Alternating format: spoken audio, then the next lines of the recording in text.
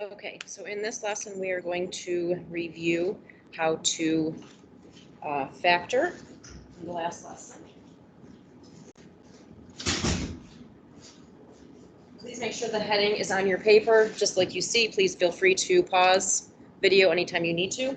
So we're not learning anything new in this lesson. We're just reviewing what we did from the previous because I think that we needed a little bit more review. I thought I might have went a little too fast, or we just need to spend more time on a few of the concepts.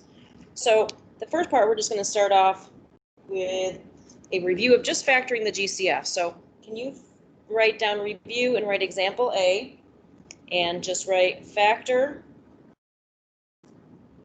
by using the GCF. Factor by using the GCF. And we're going to do a couple of examples. So what we're doing, the whole point of factoring is to take out what's in common, and then next to it you put what's left. So for example 1, can you put 4x minus 24?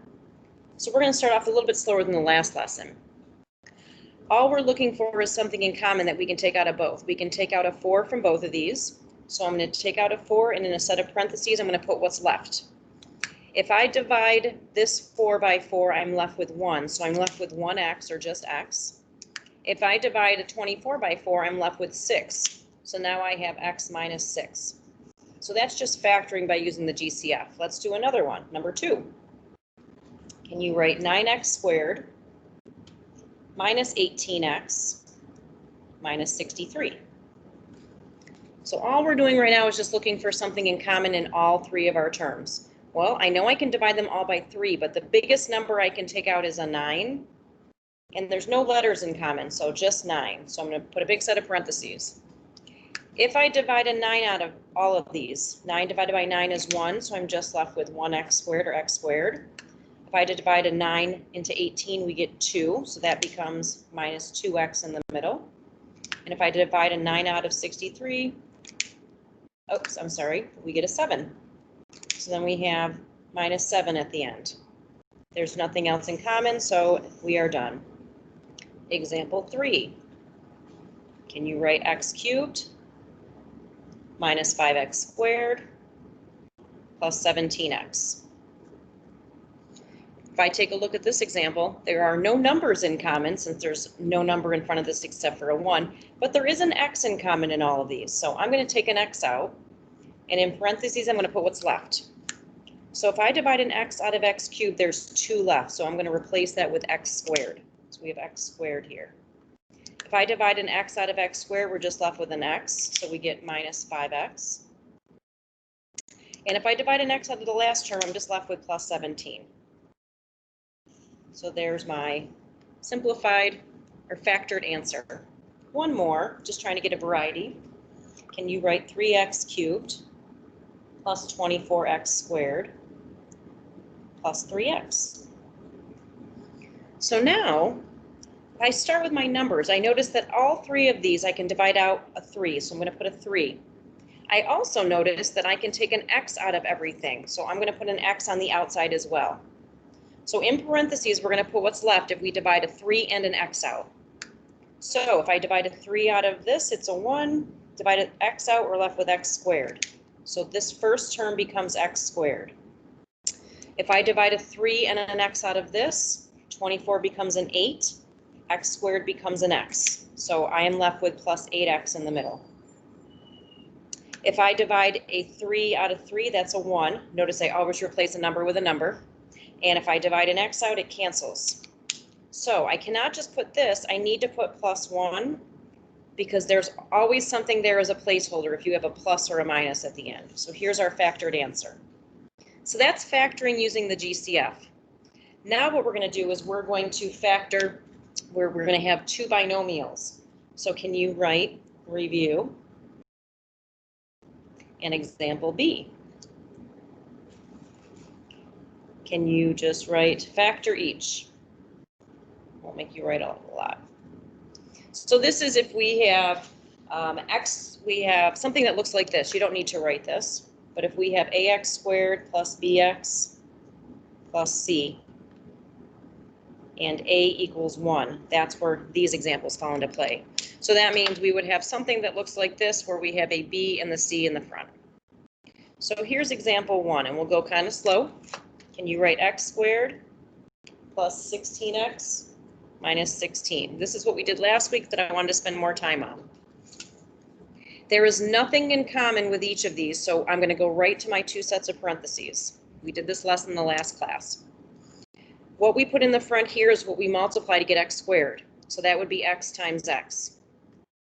This last number tells us we have to find factors of 16, so I'll do them in a different color. And I'm going to list all my pairs.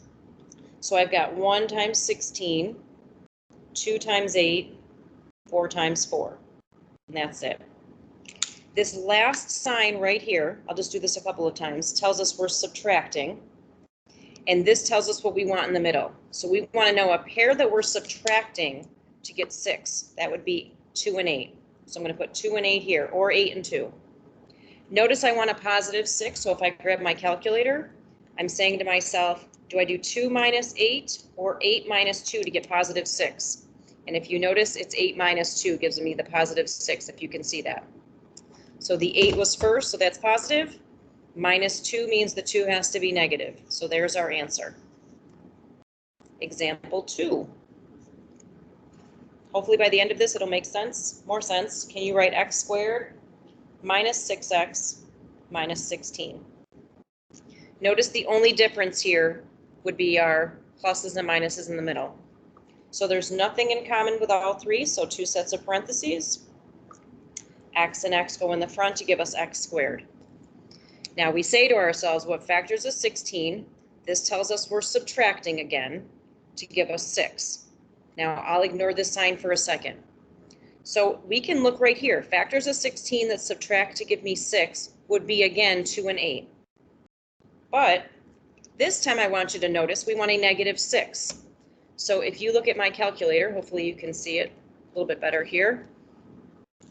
If I did 2 minus 8 this time, I get negative 6, which is what we want. So notice the signs are different from here. So our 2 was first, so that becomes positive. And our 8 was negative, 2 minus 8. So there's our factored form. Notice the difference in the signs. Example 3. Let me move this up a little bit. X squared minus 36. There is nothing in common, a GCF we can take out of both, but I notice that's a perfect square. That means x times x. This is a perfect square, 6 times 6, and my sign is negative. So I can go right to my 2 sets of parentheses. What times itself gives me x squared? That would be x and x. Since I don't have 3 terms, 1, 2, 3 like this, it's got to be the same number here and here.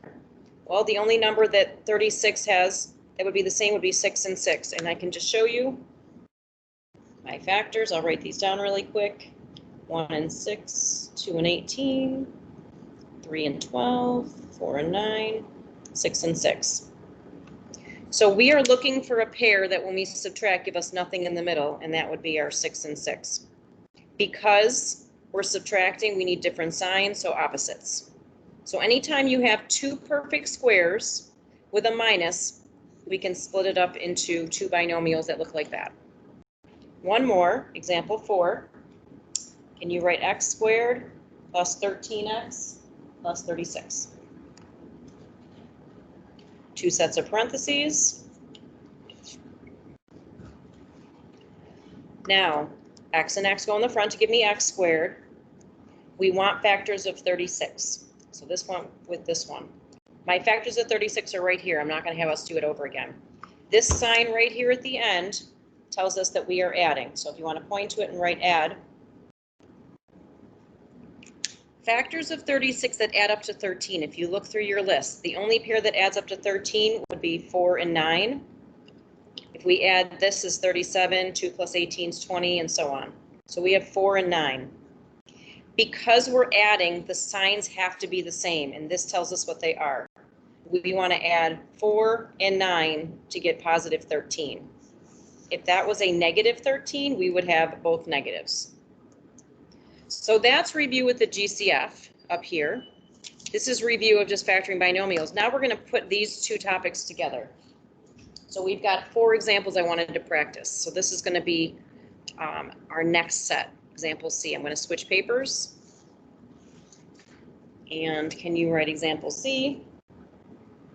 factor completely are the directions. So factor, I'll move this down so you can see it, factor completely. So whenever we're factoring completely, we always look for a GCF first. So here's our first example. Number 1, can you write 2x squared minus 14x minus 36? And if you need to, rewind the video and watch each example, so that way, if I'm going too fast, you can slow down and say, okay, that's what we did. So the first thing we look for is a GCF. GCF means greatest common factor. I can divide out a 2 from everything. So what I'm going to do is, my first step is to take my 2 out and see what's left. That's what we did in the top of these notes. So if I divide a 2 out, this becomes a 1, and we have x squared. If I divide a 2 out of the 14, we get a 7. Oops, let me change that color. So then we get minus 7x. And if I divide a 2 out of 36, we get 18. And this, we can get those by our calculator. So we have minus 18. Because there's a power of 2, we probably are not done. So we bring down the 2 and try our 2 sets of parentheses. Just like what we did in the previous examples.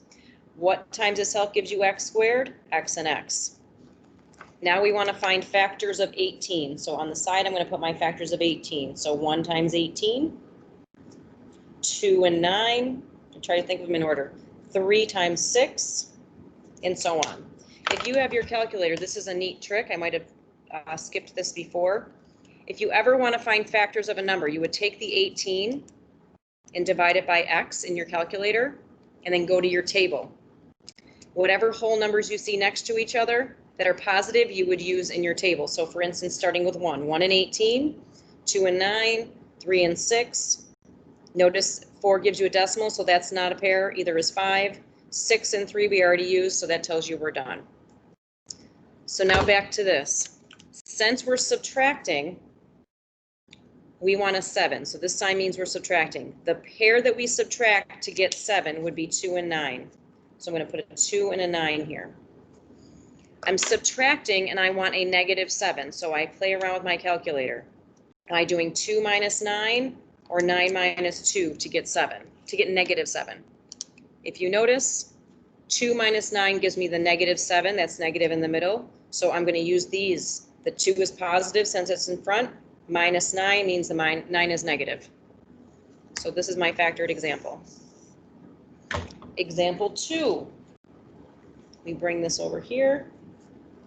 Can you write for me x cubed minus 5x squared minus 14x? So the first thing we look for is a GCF. I don't see any numbers in common since there's no number in front of the x cubed, but I do notice an x in common. So the first thing I'm going to do is take out my x, and I'm going to make a big set of parentheses and divide out the x. So if we divide out the x from x cubed, we're left with x squared. So I'm going to put an x squared in here. If I divide an x out of x squared, we're left with x. So I have minus 5x. And if I divide the x out of the 14, we have minus 14. Because we have a power of 2, we're probably not done. So we can do something like this. So we're going to bring down the x and make 2 sets of parentheses. What times itself gives you x squared? Well, that's x and x in the front. Now we need to find factors of 14. So I will do that right here. So again, if I use my calculator to be lazy, I'm going to go to y equals and take 14 and divide it by x. And then look at my table starting with 1. So I have 1. Let me move this so you can see it a little bit better. So I have 1 and 14. The next pair I see is 2 and 7.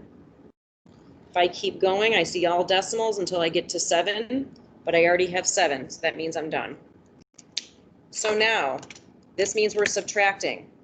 Factors of 14 that subtract to give you 5 would be 2 and 7. So I know it's going to be 2 and 7. I need a negative 5, so I'm saying to myself, am I doing 2 minus 7 or 7 minus 2 to get negative 5? And that would be 2 minus 7. So the 2 is positive, 7's negative. There's my answer. 2 more. I want to make sure we see as many examples as possible. Here's example 3. Can you write down 5x cubed plus 45x squared plus 40x. And again, if you want to try this on your own, you can pause the video and then watch to see if you did it correctly. So the first thing you look for is a GCF. We can take a 5 out of everything. And I'm also noticing that there's an x in every single term. So I'm going to take a 5 and an x out. So big set of parentheses. We can't do our 2 sets of parentheses yet until we get rid of the 5 and the x. So if I divide out a 5 and an x, that becomes a 1. This becomes x squared. So we have 1x squared or x squared. If I divide a 5 out of 45, I have 9. And take out an x, we're left with an x. So in the middle, we have plus 9x. If I divide a 5 out of 40, we're left with 8. And the x would cancel out, so we're just left with plus 8. Because we have a power of 2, we are probably not done. So we're going to bring down the 5x and make 2 sets of parentheses. What times itself gives you x squared? That's x and x. That goes in the front. Now I have to find factors of 8. So if I want to be lazy, I grab my calculator, I go to y equals, and I'm going to do 8 divided by x. So let me cover this up for a minute.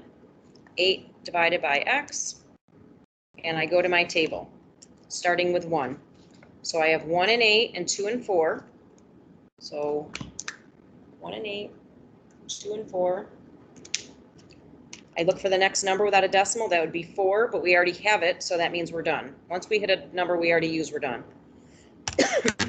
This sign tells us we're adding, and we want 9. So the pair that we can add to get 9 would be 1 and 8. Because we're adding, the signs have to be the same.